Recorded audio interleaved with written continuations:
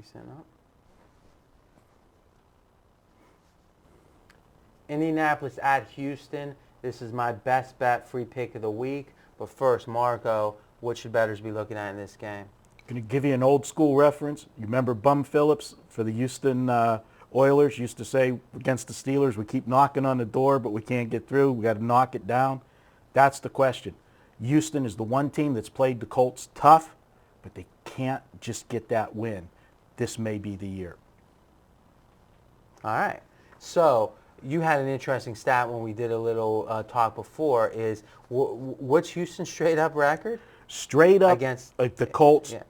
They've lost 15 of 16 against the Colts. And we're getting 2.5. Getting 2.5. Now, the last 7 meetings, 6 of those 7 have been decided by 8 points or less. And that's why I gave the reference.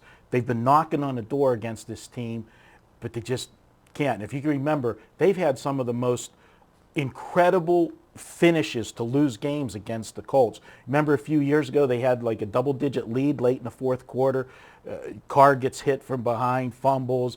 Indianapolis ends up scoring 2 touchdowns in the final 3 minutes to beat. It's just crazy stuff. This is the team they got to get by. All right, so I'm going to get straight to my best bet here is because really we've had already this week, we've had some really in-depth conversations, nuanced stuff. This is a simple hand. Sometimes it's simple. This is a simple handicap. There's 2 things making me like Houston here, and that's going to be my official best bet, my free pick best bet. I'm 1-0 on the year, is right here on the videos, is I'm going with Houston. But here's the distinction. It's a conditional best bet.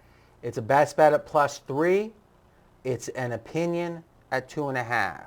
And for those out there in La La Land that just wants, hey, I want a best bet. I thought we had a best bet. Why are you saying it's a best bet? Et cetera, et cetera. I can't wait to see how that looks on camera.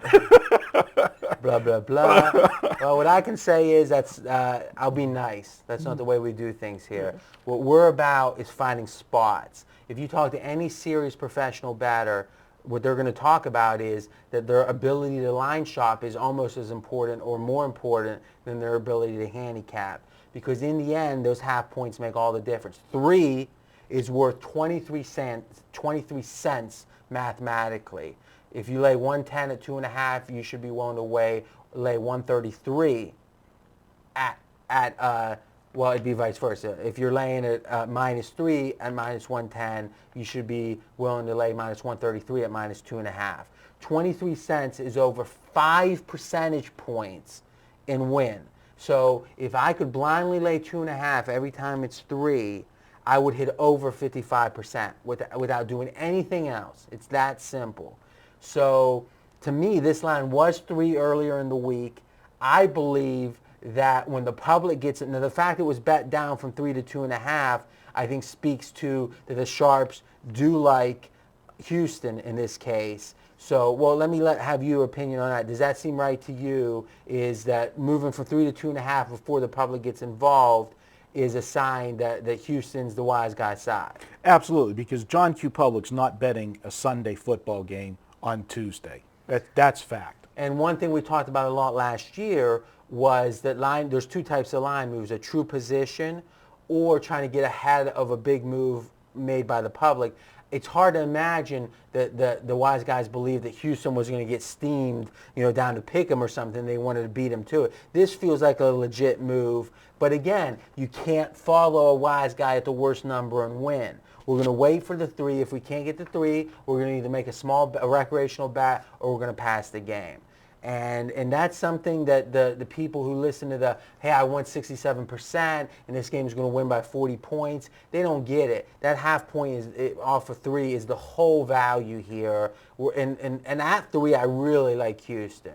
That's one, is I think that we're getting great value at 3. And here's why, is I believe this Colts team simply is overrated. I think they're great. They're not quite as good as people think. I think we saw it a little bit in the Super Bowl. But let's be honest, how many times can you beat your head against Peyton Manning and get beat? Because I've gotten beat by him a lot because I thought they've been overrated for years. Maybe I'm wrong about that. Maybe I'm being stubborn about that. But the one thing, and I probably won't fade the Colts too much this year, but the one thing that makes me want to do it this week is the fact that the scouts are saying the offensive line, there's a lack of continuity. And if the one main thing you have is Peyton Manning, no one can throw off their back, as they say. And I believe if the O-line is having trouble, this could be one of the stunning games where Houston seems to dominate, though that distinction of the O-line being a problem is what's going to make all the difference. Well, I will agree with you, and I'll give you another point that's a benefit for Houston in this game.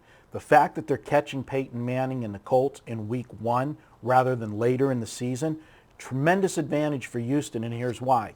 Peyton Manning does not play much in the preseason. And I know we all say, well, these guys are professionals, they don't need the reps. They still need reps. They get their timing down. With what you point out with the offensive line and the minimal playing time that he had in the preseason, if there's any game that he's not going to be at his sharpest, it's game 1. That's advantage to you. Last year, when they played here, I remember the game well because I happened to be on the losing side. I think my knuckle still hurts from hitting the wall. Houston blew a 17-0 lead in the game and once again found a way to lose the game. But this just could be the year they finally knock that door down. I like getting 3, let's just say that. Okay, now it's your turn to continue the conversation in the comments section with me and Marco. And next up, we're going to be talking Dallas Cowboys, Washington Redskins.